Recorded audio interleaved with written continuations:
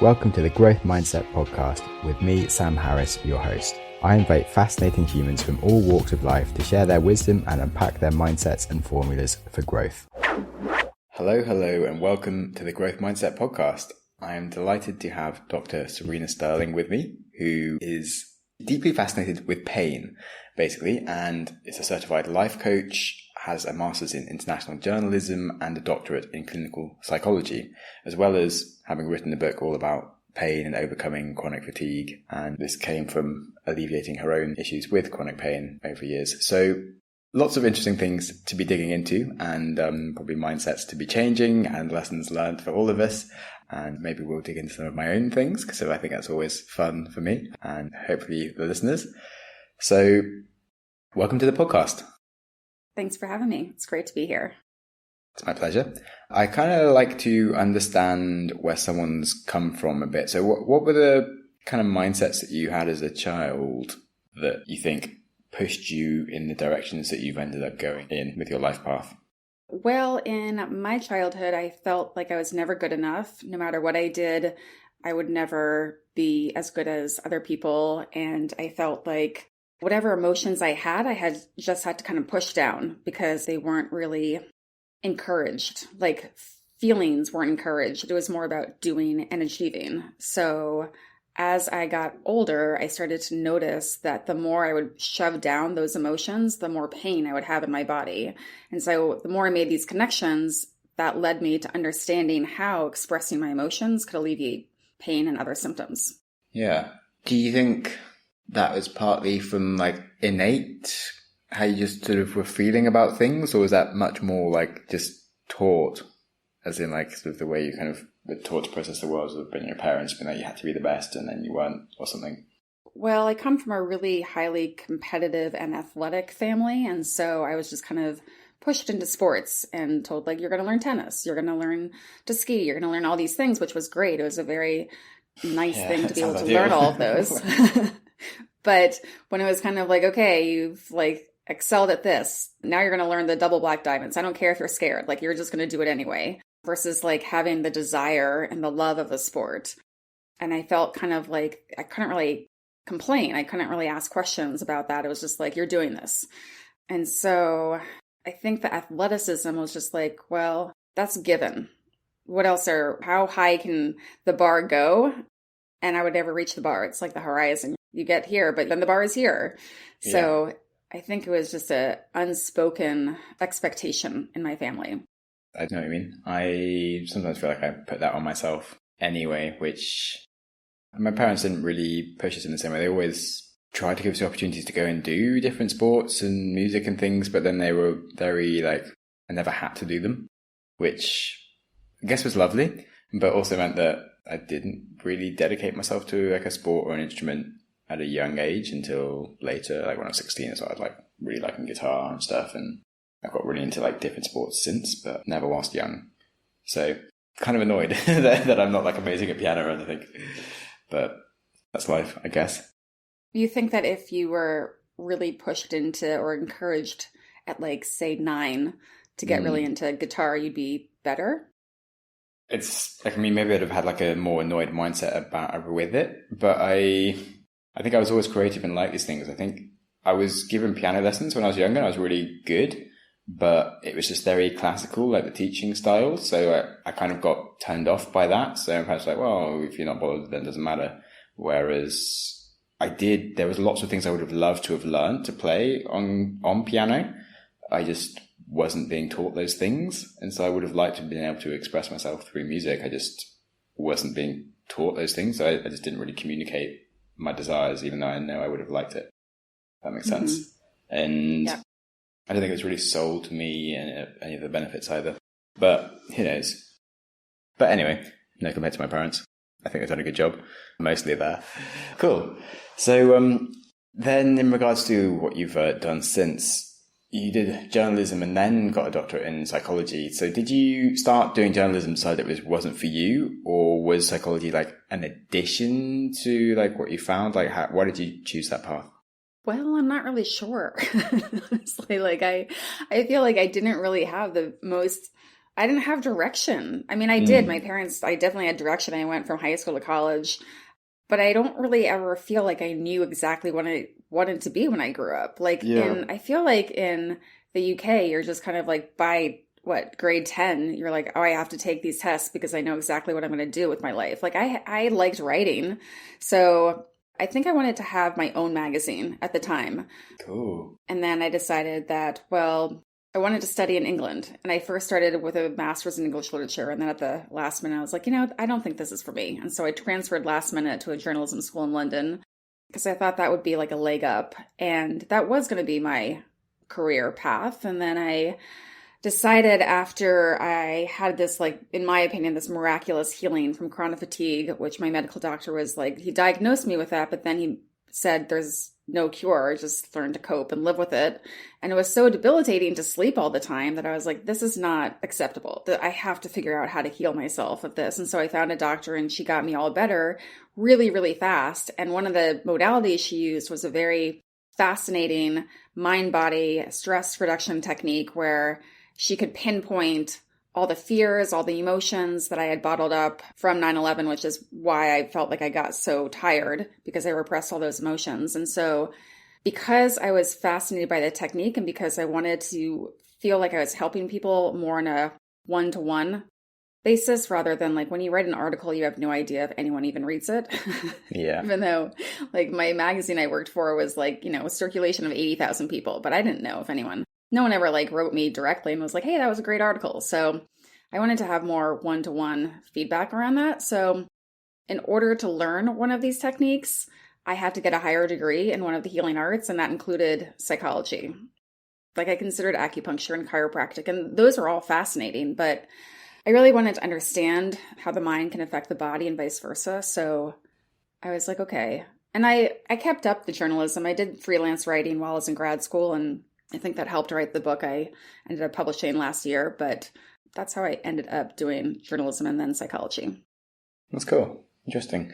So following, I'm very naturally good at and interested in, but I think loads of people feel like they're thrown into making a decision a bit too early when you haven't actually had a chance to experience life. And yeah, I feel if you do a degree when you're sort of 25, 30, you actually do it for the right reasons of like, okay, I'm actually genuinely interested and love this thing and I want to spend a few years learning about it. Whereas you kind of do it just because of you've been in school your whole life and you're told that like someone that's useful to society has to then go and do a degree of some form. You're like, shit, pick a topic. Anyway, maybe you help people with some of their pains around what they chose with their life paths and get to re-engineer those things, I would imagine. Cool.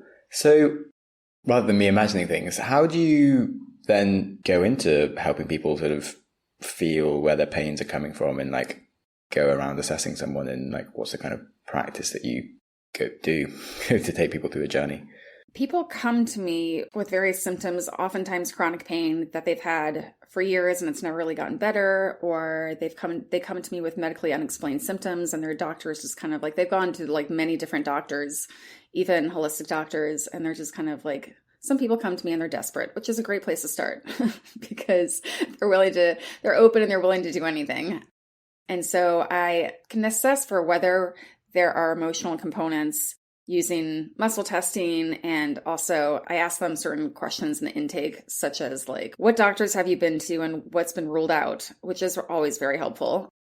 And then I go about finding the emotion by using, some of the modalities I use look at for the organs in Chinese medicine correspond to different emotions. And so then I can find through muscle testing which organ is coming up and being affected in the presenting issues, such as back pain, for example. And then I connect that to another area of their life, like work or their relationship.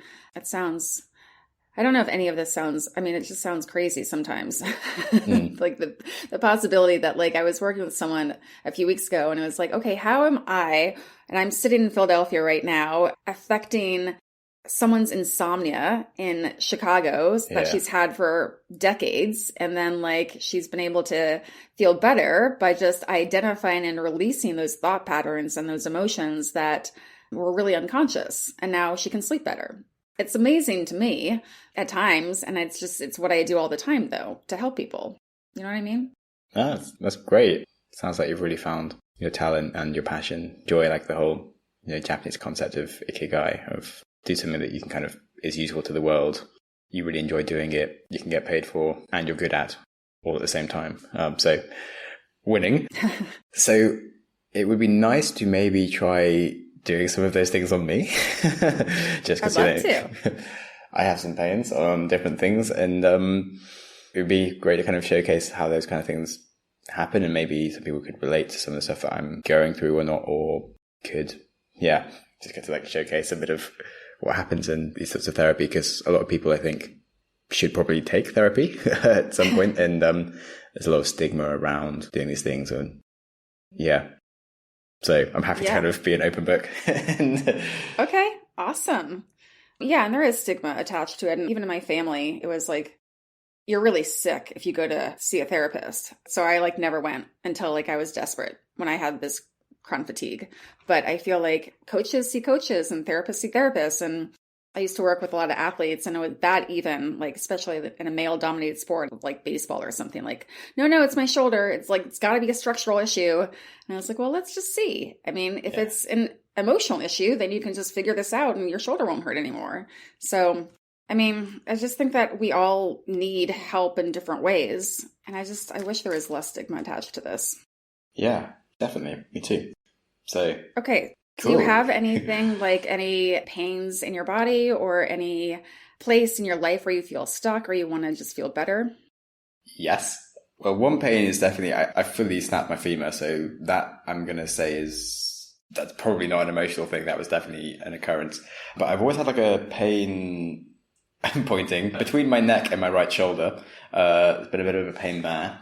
And in terms of things that hold me back, people listening to the podcast might find this sort of surprising in that I'm someone that talks for what appears to be a living. But I really struggled to learn to talk and was really scared of talking and really shy about it. And I still struggle to make myself heard in a room of people. And I think something I've been thinking about lately is that I also have like really bad voice projection, because I used to be unsure of how to speak and what I was saying. So I kind of learned to speak in a really quiet way, so I wasn't confident about doing it. And I still think I have some kind of like emotion around speaking that I just don't feel like I'm very good at it, and would like to feel more positive about my voice just in general. I kind of feel like I don't like being heard in some ways, and if I really want to be better at singing and stuff, but I don't have any confidence in that area. So these are some things. Please sort me out. That's fascinating, given that you're so good, and I think you look really comfortable speaking on here. But do you feel like it affects you outside of the podcast then? Yeah, that was why I started a podcast. Well, one of the reasons is so it took me 8 months to actually get around to releasing my first podcast, because I was really afraid of even recording just the intro and outro. And I started off relying really heavily on just the guests, did all the speaking, and I didn't do anything myself. And over the years, I've got better at doing some of my own episodes. Like you listen to one of them, and like when I started, that would have been like a completely blow my brain that I could just sort of turn on a mic and actually record my own thoughts for 20 minutes. So it's been a journey as it is, but it's something that I still feel negative about, and I think I could be a lot better at in regards to outside of the podcast, where it's like, it's kind of a bit like, when you go bowling and you've got like side lanes, because I know I can go and edit this episode afterwards. And if there's bits where I mess up, it doesn't matter. I can like remove it and things. And so it is actually kind of safe. Whereas in front of people, I'm still scared. Huh. It's interesting. I feel like it took me a while to be comfortable being on the other side of the screen for like, I started doing recording for my Instagram. And as soon as I started, I remember the first time I recorded myself, like flipping the camera that way. And I was like, nothing symmetrical. Does my mouth really look like that? Like just criticizing the hell out of myself. And I was like, at a certain point, I was just like, you know what? People are not criticizing the way I'm criticizing myself. And if I have something to say, then I might as well just get over it. But it seems like everyone else is really comfortable with themselves. Like I don't think anyone would know, especially given what you do, that you do have some level of sensitivity around this. Yeah, definitely. Which is why it's nice to, I guess, bring in and get better at. Cool. Do I have to say some more things, or are you going to ask me questions? So I'm going to be using, this is how I do this remotely. So I used to see people in person, but I found that this is all energy. Like I use my intention. I'm tapping into your energy in your body by using this self-muscle testing. So I'm going to be pulling apart my hands like this. Like if I were next to you, I'd be holding up your arm and pressing on it. And the thing is that like you're stronger than me. Like you're a guy, you are in shape, like you're stronger than me. But it's not about strength. It's about whether I'm going to find a weakness in your body. And so like it's called applied kinesiology. It's what a chiropractor, George Goodhart, developed years ago, and I think in the 60s. And chiropractors are looking for interference, like a weakness in your body when they like hold up your arm and go down your spine. And I'm basically using a very, very basic form of this manual muscle testing. And I'm looking for what thought, emotion, feeling is weakening your body. So I'm going to be going like this, and I'm just going to like go through a few different tests so that you can see what this is like. So I'm going to have you say, my name is Sam. My name is Sam. Good. So I'm pointing at my hands. I'm already and it's strong. Shit. Now I'm going to have you say, my name is Cindy. My name is Cindy. Good. So I pulled apart my hands again, and it was weak, which is good because I can't imagine that you even have like a middle name being Cindy. Okay, so now I'm going to have you think about something you really, really love, and you don't have to tell me what it is. Just let me know when you have that feeling. It could be a person, a place, a thing. Okay, good. I've already spoken about it, but anyway, it's cool. Okay, so I'm pulling apart my hands, and that's strong. And now I want you to do the reverse and think about something you really can't stand. Like Novocaine at the doctor's office, dentist's office, like a feeling, a situation you're in that was like not great. And let me know when you have that feeling. I have that feeling. Okay, great. So that was weak. My hands were weak. I couldn't hold them together. Okay, so that's how that looks and that works. So now I'm going to test to figure out which one we're going to do first. So I want you to feel where that tension is on your neck and shoulders. Okay, so hold that with that hand, and then with your other hand, the palm goes to your forehead. Okay. Good. You can let go. Okay, so you can let go. So this is good. We're going to do both issues because this is more of like a body issue, is the tension in your shoulders. So I want you to, okay, so you've got the tension. So now there are three things in life, generally speaking, kind of like we have death and taxes, but three things. We have the concept of money, which is money, job, career, finances, time, space, energy, all the material things. And then we have the concept of love, which is anyone you've ever loved, anyone who's ever loved you. So that's testing as there's something there. And then we have two different families. We have the family that you came from, like your parents, and then the family that you have now. So concept of a friend, concept of a male friend in the present. Okay, so can you list off some of your male friends? Hopefully they won't mind. Yeah, sure. Nico, Theo, Felix, Andreas, Alex, other Alex, okay. Tom, other Tom. Say Felix again. Felix. Okay, so I want you to think about Felix. Okay. Okay.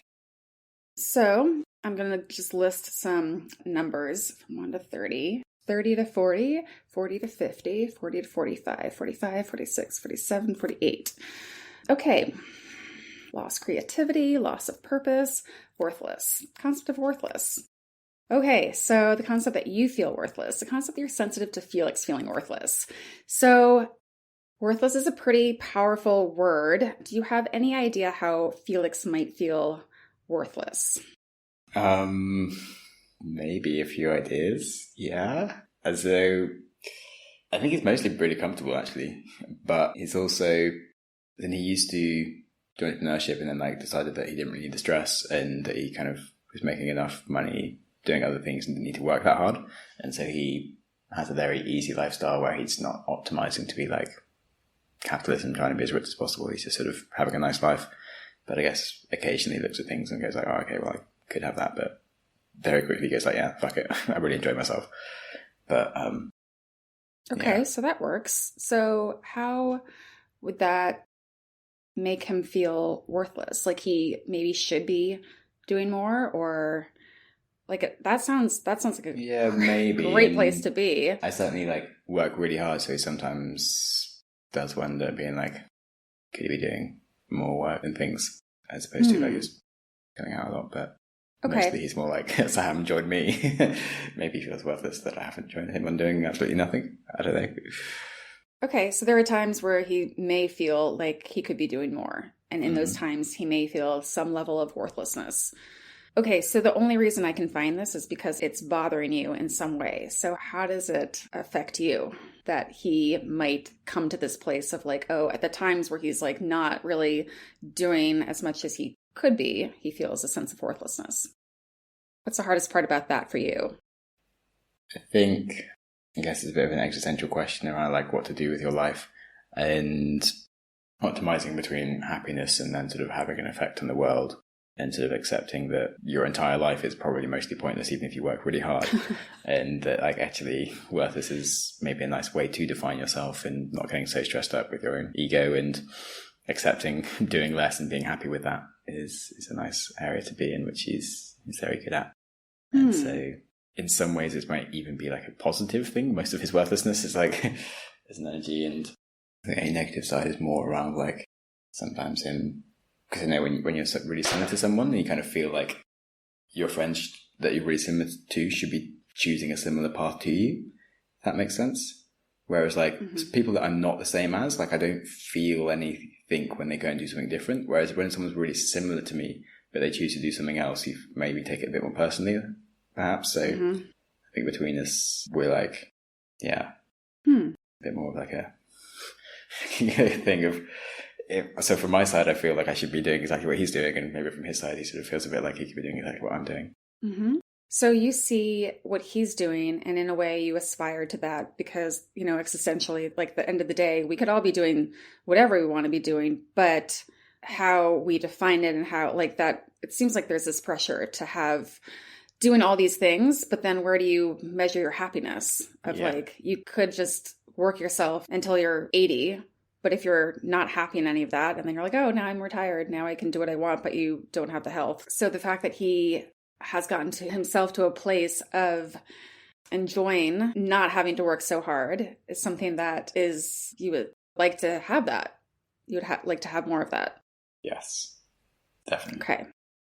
So now we're going to hold on to that concept, and I want you to just think about all of that, and we're going to check the concept of an even earlier event where there is this sense of worthlessness because there may have been some pressure to do a lot without necessarily focusing on the happiness around it and feeling like there is a juxtaposition around those two issues. Okay. So we're going to check from conception to age 10, 10 to 20, 10 to 15, 10, 11, 12, 13, 14, 15, 14.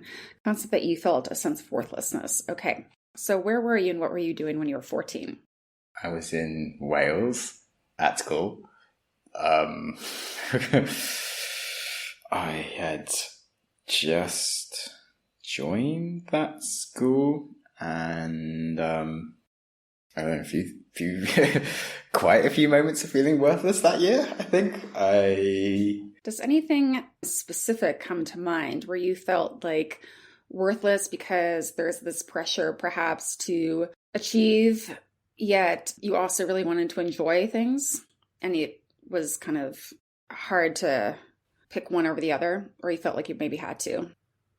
I mean, yeah, I guess that's like when you choose your GCSEs. And so I felt like I had to do things like maths and sort of sensible subjects. So I stopped studying music, for example, is something to take because it felt like a worthless thing to be doing, although it obviously isn't in hindsight. I don't think we have that in the US. Like we don't have to. So when you were 14, you had to like choose to so you can study quite a few different things, but then you can only take so many GCSEs. So it's like the exams you take when you're 16, you study for them. So you have 2 years where you only have like 11 subjects, or if you want to be like geeky, you can take like 15 GCSEs, for example, but you still can't take everything. So I think we had there's only so many languages you're allowed to do. You can do all three sciences, or you can do a bit less science, and it's only counted as 2. Maths you kind of have to do, but you could do more of it, English, etc. So you have to choose those things. I did woodwork and art, but I dropped music because I felt like it was too many creative things that I wasn't going to use with my life or something, because I was going to have a job where I did something that wasn't creative, of course, because, I also had a science scholarship. So I was supposed to be doing something with my life around maths and physics, because that's what I was good at as far as my exams were concerned, even though I also was good at art and as far as my exams were concerned as well. But that didn't really matter. Okay, so I want you to think about that time, about being 14 and having to choose to do these serious subject, math, science, the physics, all that, and leaving behind the more creative things like music, which you really enjoyed, but you felt like there wasn't a place for it in your life. Okay, so I want you to hold on to this feeling. Do you remember what that felt like when you had to make that decision, choose that sense of maybe worthless, or feeling like you can't bring the music into what you're doing? You had to just focus on the things that you were good at, what your exam scores showed. Okay, so hold on to that. And so then you're going to take your right hand and you're going to bring it underneath your left, like this. Yes. This one's my left. Pointing with the left one. Right hand. Yes, right under the left. Okay, so then you put 3 fingers on your wrist like this. You're going to, like that. And then you just hold the first one. You hold your index finger onto this point. Yeah, sure. In the wrist there, where your blood vessels are and stuff. Cool. Mm-hmm. All right. But on the other side of the wrist. But where the thumb comes down on this side. Sorry. Okay, so hold that. And then put your palm to your forehead. I know this looks weird. I don't know what you're saying. It looks completely normal. I do this all the time. Okay, so just close your eyes. And I want you to go back in time to 14 years old. And I want you to feel that sense of being worthless because you loved your music, but you felt like you had to leave it behind, that you had to focus on subjects that you were good at and that were math and science and the things that you felt like would direct you into a life that you felt you should be doing. And you had to leave behind the music. And allow yourself to breathe in and out a few times and breathe out that feeling of worthless. And when you feel like you don't have that feeling anymore, you can bring your hands down. Nice. Okay. Cool. So just want you to think about that one more time. And I'm testing all the times I'm asking certain things. And then I'm going to have you turn your head all the way to the left like that. Good. So I'm checking for other emotions. Good. If there are no other emotions, you can come back to center. And then put one palm to your forehead. Right. Left. Okay, good. It doesn't matter. Good. And then you can let, so I'm testing again and you don't have any other emotions, so you can let go. And then I'm going to have you touch the area on your shoulder. That's the right one. Yes. Is it still at the same intensity? I don't know. I don't really feel it most of the time, but it just comes a lot. So it would be hard to say right now. I mean, it generally was feeling tense. Still feels kind of tense. Maybe less, maybe. But yeah, there wasn't really any pain when we started this conversation. But it comes up often. Okay, well, you can leave that and see how it goes. When it comes on, do you notice a pattern of when it comes on is worse? Are you trying to sleep? Are you stressed about something? Comes on a lot when I'm running, and I think I do feel it if I haven't slept well. Okay, so that's how I would work with someone who has physical pain. Cool. And then we could also look at any issues around the speech. Yeah, I was wondering when that was going to come out. I don't know if... Yeah. If you want to. Sure. Okay. All right, so just checking. So I'm going to have you put one finger between your eyes. This is to just check your polarity, which means you're testable. So you can let go. You're testable. There are things to do if you weren't testable. There's cross crawl things, when you're walking, you legs go Yeah. in different, right? So we'd have to do certain things to get that back on track, but you're totally testable. So how would you know if some of these speech issues were to go away? Like, how would you feel differently? More confident. But it's outside of the podcast. It would be in certain Yeah. situations. You wouldn't think about it. Okay. Is there something that you can think of, like an example recently where you felt like you weren't as confident with speaking? Yes. I thought of like 5 different ones. Okay. I'm trying to work out which one was the most useful. And I don't know if I picked the right one, but we're moving forwards. So let's go with it. Okay. And so I just want to get a little bit more information in terms of like when that experience happened. Do you feel like it sounds like you have some level of anxiety when it comes up. Like you're aware of like where you feel like you're not doing, like most people, I think, don't really think about speaking. They just speak. But because of your background and you mean people don't think like about speaking? Oh my God, you just blew my brains. I mean, I have to take a moment. I'm like, what? Why has no one ever told me that before? That's funny. Nice one. Right? Most people don't think about speaking. Well, like I took a public speaking course a few years ago, and there was like all these like warm-ups we had to do. I even hear it right now. I hear like it's in the back of my throat. I should be like, like actors do this also. They warm up their voices, but I don't think about it because I'm not a professional speaker. So I want you to just think about all the different ways that you feel you have these issues around speaking, of how like you think about it more, you think about how you sound, you think about whatever it is that comes up. Okay, so I want you to keep that on your mind. And I'm testing for the emotion. So from 1 to 30, 30 to 40, 30 to 35, 30, 31, 32, 33, 34, 34. Rigid. Concept that you feel rigid.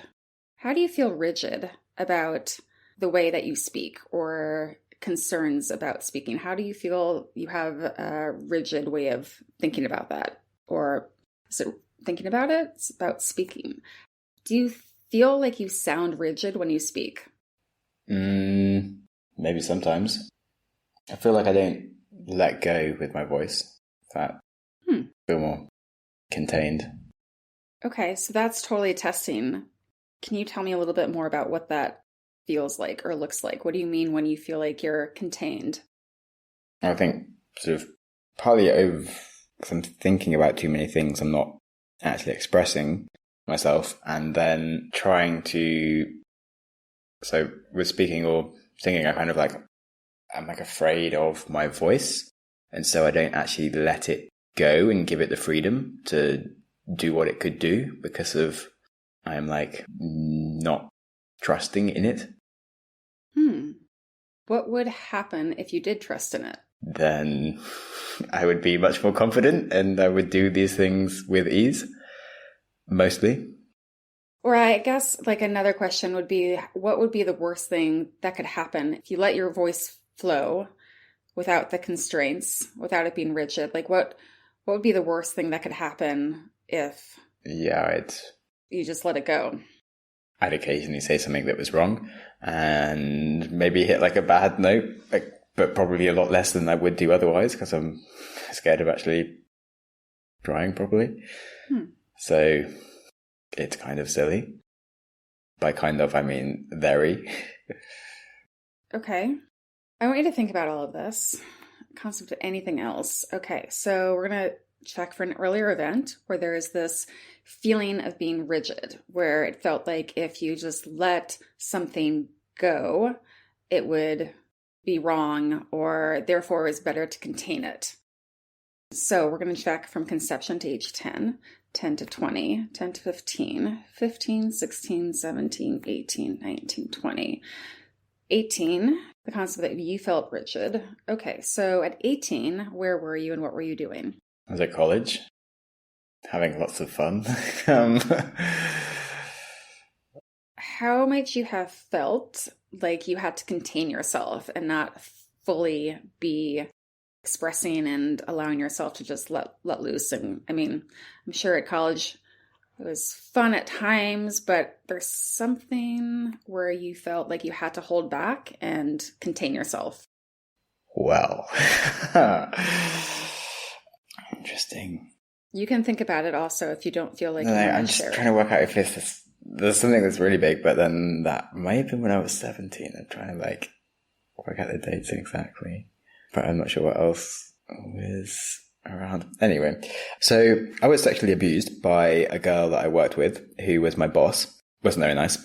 And I was then like, she basically just would lie about things like super loads and stuff. And I knew that if I like told anyone that I'd probably end up in prison or something just trying to get there, because she would just like turn on the tears and it would be awful. And I basically couldn't do anything about it.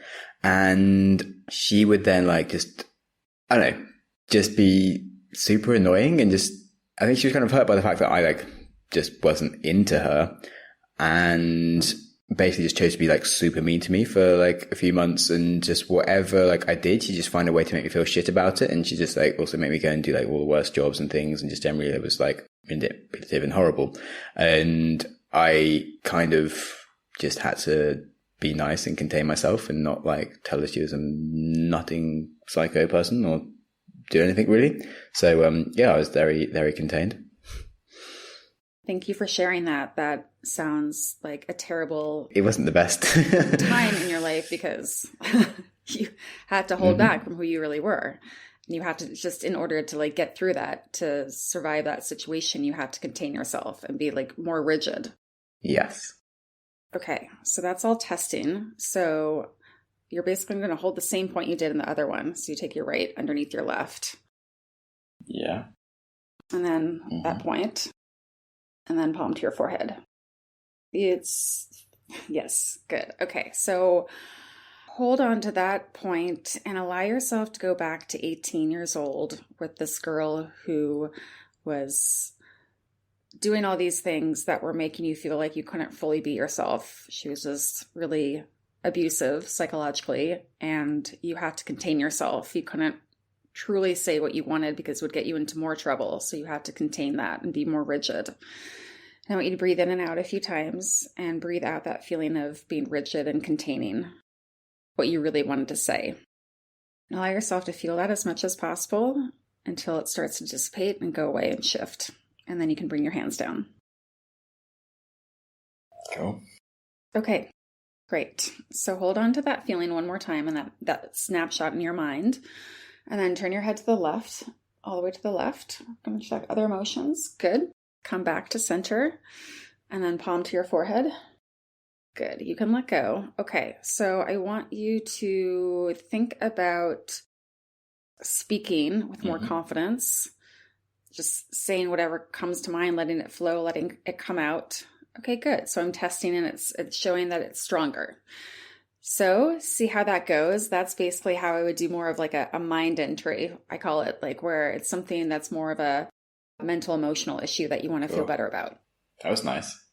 You can feel better about things. Great. Awesome. Well, yeah. Thanks for playing all out with that.